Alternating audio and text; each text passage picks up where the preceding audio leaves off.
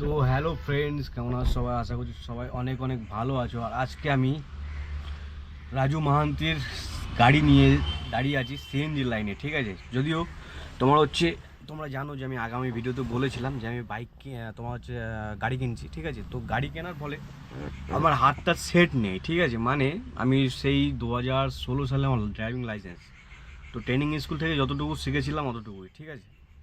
তো প্রপার তারপরে 9 বছর, দীর্ঘ 9-10 বছর গাড়ি চালাইনি, তো হাতটা ঠিক মতো সেট নেই, ঠিক আছে? তো যাই হোক, বন্ধুর গাড়িতে এখন সিএনজি ভরতে এসেছি, তো মাঝে মাঝে একটু চালাচ্ছি, দু একটা ভাড়াও মারছি, ঠিক আছে? যাতে হাতটা আমার সেট করা হয়, সেট হয়ে যায়, ঠিক আছে?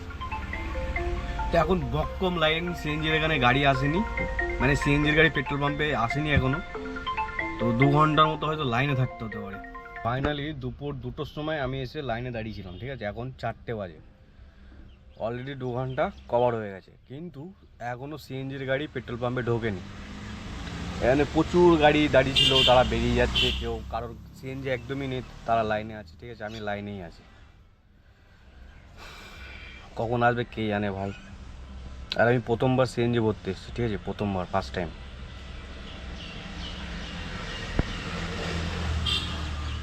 যদি লাইনে এতক্ষণ দাঁড়াতে হয় তাহলে আর কী হবে? যদিও এই গাড়িতে সিএনজি নেই একদমই, ঠিক আছে? তো রিস্ক নেওয়া যাবে না। এখান থেকে নিউ টাউন অ্যাক্সিস মলের ওখানে সিএনজি ভরে, তারপরে সাপুরজির ওখানে ভরে, আর চিনার পার্কে ভরে, ঠিক আছে? কিন্তু মানে সব পেট্রোল পাম্পে অ্যাভেলেবেল নেই, তো যে কারণেই এত ভিড় হয়।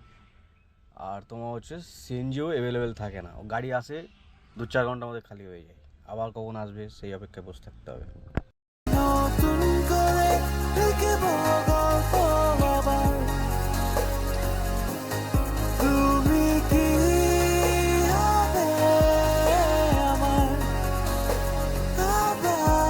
ডিউটি শেষ করে বাড়িতে চলে এলাম। ডিউটি একটা কি দুটো প্যাসেঞ্জার মেরেছি, ঠিক আছে? যাই হোক, মনের মধ্যে ভয় ছিল, তো সেই ভয় কাটানোর জন্য আমার বুকিং আছে, ঠিক আছে? বুকিং অনেক আছে, কিন্তু যেতে ভয় লাগছে। রাস্তা মানে গাড়িগুলো পাশ দিয়ে সা সা করে বেরিয়ে যাচ্ছে, ঠিক আছে? এইসব ভয় লাগছে যে একটু 19-20 হলে কী হতে পারে। তারপরে তোমার অলিগলি যেসব খুব চেনা জায়গা, হাজার হাজার বার গেছে যেসব জায়গায়, সেই সব জায়গায় ভয় পাচ্ছে, ঠিক আছে? তো এইসবগুলো মনের মধ্যে কাজ করছে, ঠিক আছে? তো অনেক কিছু বিষয় আছে, তো সে কারণে আমার হাত অনেকটা পাকা করতে হবে, ঠিক আছে? আর গাড়ির লাইন যারা আছো তারা কমেন্টস করতে পারো যে আমার কোন এরিয়ার মধ্যে যাওয়া উচিত নতুন হাত নিয়ে, কোন এরিয়ার দিকে না যাওয়া ভালো। যেরকম আমি প্ল্যান করে রেখেছি, মানে যেগুলো আমি নলেজে আছে, যে ঘিঞ্জি এরিয়ার মধ্যে না ঢোকা ভালো নতুন হাত নিয়ে, যেরকম বড়বাজার, শিয়ালদা স্টেশন, তারপরে তপসিয়া তপসিয়া, তারপর আরও যে কসবা, এই ধরনের জায়গা, ঠিক আছে? রাজাবাজার, ট্যাংরা, ঠিক আছে? যেসবগুলো ঘিঞ্জি এরিয়া, সেসবগুলো তোমার না যাওয়াই ভালো আমার হিসাবে। তো আমি সেই সবগুলো দূরত্ব এড়িয়ে চলছি। তবুও তোমরা যারা এই লাইনে আছো, যদি কেউ থেকে থাকো, তো কমেন্টস করে জানাতে পারো, ঠিক আছে? যে কোন এরিয়ার মধ্যে না যাওয়া ভালো, আর সেফ এরিয়া কোনটা নতুন হাতের জন্য, ঠিক আছে? পুরনো হলে আলাদা বিষয়। আর তোমার হচ্ছে সিএনজির বিষয়ে, সিএনজি কোথায় কোথায় পাওয়া যায় সবাই একটু কমেন্টস করে জানাও, ঠিক আছে? আমার জানা মতে সল্টলেক সিটি, আমরি হসপিটাল এখানে একটা আছে, আর চিনার পার্কে আছে, আর অ্যাক্সিস মল আর কারিগরি ভবনের ওখানে একটা পেট্রোল পাম্প আছে, ওখানে পাওয়া যায়। আর কোথায় কোথায় পাওয়া যায় কলকাতার মধ্যে সেগুলো জানাতে পারো, ঠিক আছে? সিএনজিতে মানে 4-5 ঘন্টা করে লাইন দিতে হচ্ছে, তো কেমন একটা লাগছে বিষয়টা, ঠিক আছে? যাই হোক, এখন আমার হাতটা ঠিক করতে হবে। হাত ঠিক বলতে চালাতে তো পারি, সেদিক থেকে ভয় নেই। ভয় হচ্ছে আমি কখনো জোরে গাড়ি চালাইনি, তারপরে ঘিঞ্জি এরিয়ার মধ্যে ঢুকিনি, ঠিক আছে? তো সেই সবগুলো, এই আমার ঘরের সামনে অনেক সময় লাইন লেগে যায়, ঠিক আছে?